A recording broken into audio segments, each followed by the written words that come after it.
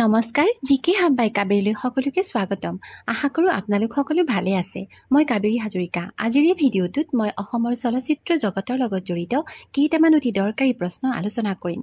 ভিডিঅ'টো চাই নিশ্চয় আপোনালোক উপকৃত হ'ব। আৰু যদি মোৰ ভিডিঅ'বোৰ চাই আপোনালোকে ভাল পায়, প্লিজ মোৰ ভিডিঅ'বোৰ লাইক আৰু শ্বেয়াৰ কৰিব আৰু মোৰ চেনেলটো ছাবস্ক্ৰাইব কৰিবলৈ নাপাহৰিব। আহক পলম নকৰি আমি প্ৰশ্নসমূহ আলোচনা কৰোঁ। Question number 1. The first Assamese movie to win the President Certificate of Merit Award in the National Film Award was Pyoli Fukan. Pyoli Fukan হৈছে ৰাষ্ট্ৰীয় চলচ্চিত্ৰ পুৰস্কাৰৰ president certificate of merit award পোৱা প্ৰথমখন অসমীয়া চলচ্চিত্ৰ। The music director of the movie was. আৰু এতিয়া প্ৰশ্নটো হৈছে এই চলচ্চিত্ৰখনৰ যিজন সংগীত পৰিচালক সেই সংগীত পৰিচালকজন কোন? অপশ্যনবোৰ হৈছে option A Bishnu Rabha, option B Jyotiprasad Agarwala, option C doctor Bhupen Hazarika, option D Brajen Barua. আৰু শুদ্ধ উত্তৰটো হৈছে option C doctor Bhupen Hazarika. Piyoli Phukan 1955 was directed by Phani Sharma. আৰু এই পিয়লি ফুকন চলচ্চিত্ৰখন 1955 চনত শুভমুক্তি দিয়া হৈছিলে আৰু ইয়াৰ ডাইৰেক্টৰ অৰ্থাৎ নিৰ্দেশক আছিলে ফণী শৰ্মা আৰু its music director was doctor Bhupen Hazarika আৰু ইয়াৰ সংগীত পৰিচালক আছিলে ডক্টৰ ভূপেন হাজৰিকাদেৱ। Next question.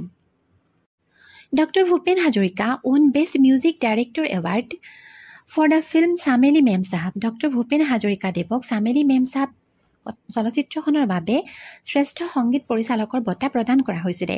The movie was directed by which of the following personalities. আৰু এই যিখন চলচ্চিত্ৰ সেই চলচ্চিত্ৰখন তলত দিয়া কোনজন ব্যক্তিয়ে নিৰ্দেশনা কৰিছিলে পৰিচালনা কৰিছিলে? অপশ্যনবোৰ হৈছে option A Padum Barua, option B Abdul Majid, option C Brajen Barua, option D Bhabendranath Saikia. আৰু শুদ্ধ উত্তৰটো হৈছে option B Abdul Majid. Chameli Memsaab 1975 also' won best feature film in Assamese at the 1975 national film awards. এই চামেলি মেমচাব যিখন চলচ্চিত্ৰ এইখন 1975 চনত শুভমুক্তি দিয়া হৈছিলে আৰু এই চলচ্চিত্ৰখনে 1975 চনতেই শ্ৰেষ্ঠ অসমীয়া চলচ্চিত্ৰ হিচাপে ৰাষ্ট্ৰীয় ফিল্ম এৱাৰ্ড লাভ কৰিছিলে, নেশ্যনেল ফিল্ম এৱাৰ্ড লাভ কৰিছিলে। Next question. Which of the following was the first Assamese full comedy movie? তলত দিয়া কোনখন ছবি প্ৰথম সম্পূৰ্ণ ব্যংগাত্মক অসমীয়া চলচ্চিত্ৰ? অপশ্যনবোৰ হৈছে option A doctor Bezbarua, option B Ito Sito Bahuto, option C Brishti, option D Khoj. আৰু শুদ্ধ উত্তৰটো হৈছে অপশ্যন বি ইটো সিটো বহুতো। The movie was released in 1963। এই চলচ্চিত্ৰখন 1963 চনতে ৰিলিজ কৰা হৈছিলে, শুভমুক্তি দিয়া হৈছিলে। And was directed by Brajen Barua আৰু ইয়াৰ ডাইৰেকশ্যন কৰিছিলে ব্ৰজেন বৰুৱাদেৱে। Next question. Which of the following is the first Assamese colour film? তলত দিয়া চলচ্চিত্ৰকেইখনৰ ভিতৰত কোনখন চলচ্চিত্ৰ প্ৰথমখন ৰঙীন অসমীয়া চলচ্চিত্ৰ? আৰু অপশ্যনবোৰ হৈছে option A Koka, option B Pratidhwani, option C Bhaiti, option D Khoj. আৰু শুদ্ধ উত্তৰটো হৈছে option C Bhaiti. It was directed by Kamal Narayan Choudhury. আৰু এই কথাছবিখনৰ চলচ্চিত্ৰখনৰ নিৰ্দেশক আছিলে Kamal Narayan Choudhury. It was released in 1972। আৰু এইখন চলচ্চিত্ৰ 1972 চনত মুকলি কৰা হৈছিলে, শুভমুক্তি দিয়া হৈছিলে। And the music director was Ajit Singh. আৰু ইয়াৰ যিজন সংগীত পৰিচালক আছিলে তেওঁ হৈছে Ajit Singh. Next question. Aparupa is the first Assamese movie directed by which of the following personalities. Aparupa তলত দিয়া কোনজন ব্যক্তিৰ দ্বাৰা নিৰ্দেশিত প্ৰথমখন অসমীয়া চলচ্চিত্ৰ? আৰু অপশ্যনবোৰ হৈছে option A Nip Barua, option B Jahnu Barua, option C Bhabendranath Saikia, option D Munin Barua. আৰু শুদ্ধ উত্তৰটো হৈছে option B Jahnu Barua. It was released in 1982। এই অপৰূপা চলচ্চিত্ৰখন 1982 চনতে শুভমুক্তি দিয়া হৈছিলে। The movie won the Rajat Kamal award for best Assamese movie in 1983। আৰু এই চলচ্চিত্ৰখনে 1983 চনত শ্ৰেষ্ঠ অসমীয়া ছবি হিচাপে ৰজত কমল বঁটা লাভ কৰিছিলে। Next question. Puberun was the first Assamese film to be screened at the Berlin International Film festival.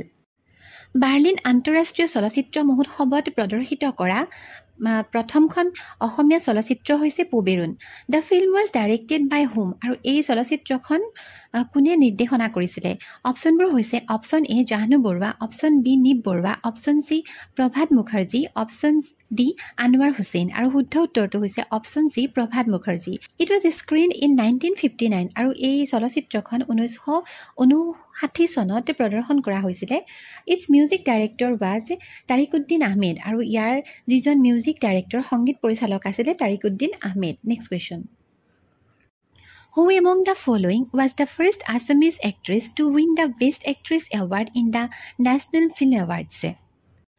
তলতীয়া অভিনেত্ৰীসকলৰ ভিতৰত কোনগৰাকী অভিনেত্ৰী ৰাষ্ট্ৰীয় চলচ্চিত্ৰ বঁটা লাভ কৰা প্ৰথমগৰাকী অসমীয়া অভিনেত্ৰী আৰু অপশ্যনবোৰ হৈছে option A doctor Santana Bordoloi option B Maloya Goswami option C Mridula Barua option D Seema Biswas আৰু শুদ্ধ উত্তৰটো হৈছে option B Maloya Goswami Maloya Goswami was the first Assamese actress to win the National Award for Best Actress in 1992 for the film Firingoti.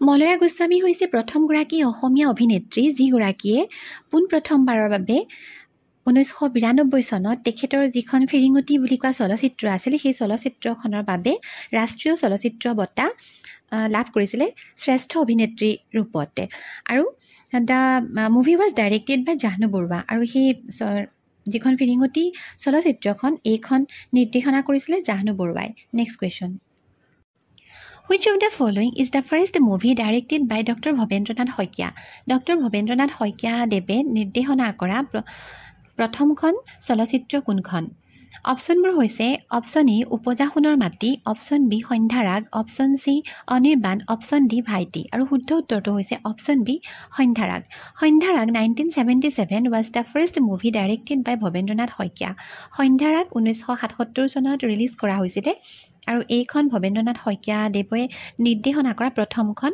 চলচ্চিত্ৰ the movie won Rajat Kamal award in national awards in 1977 আৰু এই চলচ্চিত্ৰখনে 1977 চনত ৰজত কমল সন্মান লাভ কৰিছিলে ৰজত কমল বঁটা লাভ কৰিছিলে next question The first movie directed by Dr. Bhupen Hazarika was Bhupen Hazarika দেৱৰ দ্বাৰা নিৰ্দেশিত প্ৰথমখন চলচ্চিত্ৰ হৈছে option A Chameli Memsaab option B Era Bator Sur option C Pratidhwani option D Shakuntala আৰু শুদ্ধ উত্তৰটো হৈছে অপশ্যন বি এৰাবাটৰ সুৰ The movie was released in 1956 এই চলচ্চিত্ৰখন 1956 চনত ৰিলিজ কৰা হৈছিলে মুকলি কৰা হৈছিলে The film was choreographed by Priyambada Patel আৰু এই চলচ্চিত্ৰখনৰ নৃত্য পৰিচালনা কৰিছিলে প্ৰিয়ম্বদা পেটেলে next question Ranga Police was the first Assamese film to be honored with the President's Silver Medal for the best feature film Ranga Police হৈছে শ্ৰেষ্ঠ কথাছবি হিচাপে